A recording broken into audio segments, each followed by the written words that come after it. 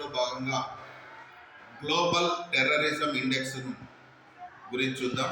ఈ global terrorism index 2026 release చేయబడింది.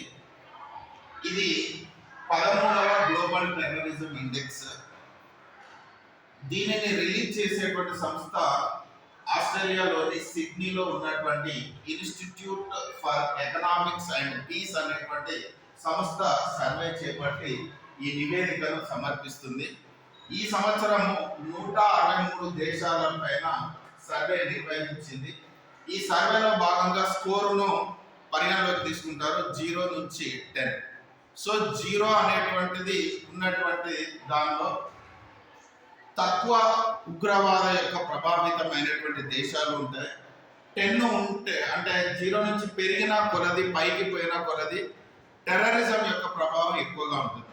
ఈసారి విడుదల చేసినటువంటి 2026లో టెర్రరిజం ఇండెక్స్ ని విడుదల చేసింది. దీనిలో ప్రథమ స్థానంలో పాకిస్తాన్ ఉంది. దీని స్కోర్ వచ్చేసి 8.574. సో పోయిన సంవత్సరము ఇది 2వ స్థానంలో ఉండేది, ఈసారి ప్రథమ స్థానంలోకి వెళ్ళిపోయింది.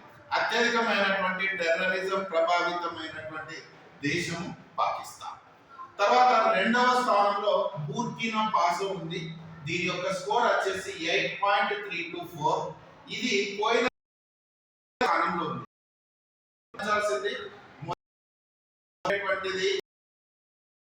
ఇప్పుడు 2వ సంవత్సరము మొదటి స్థానం.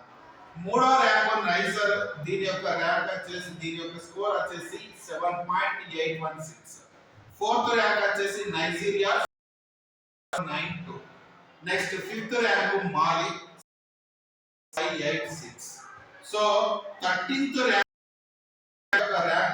ఇప్పుడు 13వ ర్యాంక్ వచ్చేసి 43.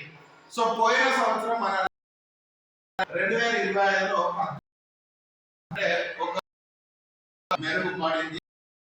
సో ఇటీవల విడుదల చేసినటువంటి ప్రపంచం లోపల ఉగ్రవాద సంస్థల లోపల అత్యధికమైనటువంటి ఎక్కువగా యాటిట్యూడ్ ను కలిగి ఉంది అని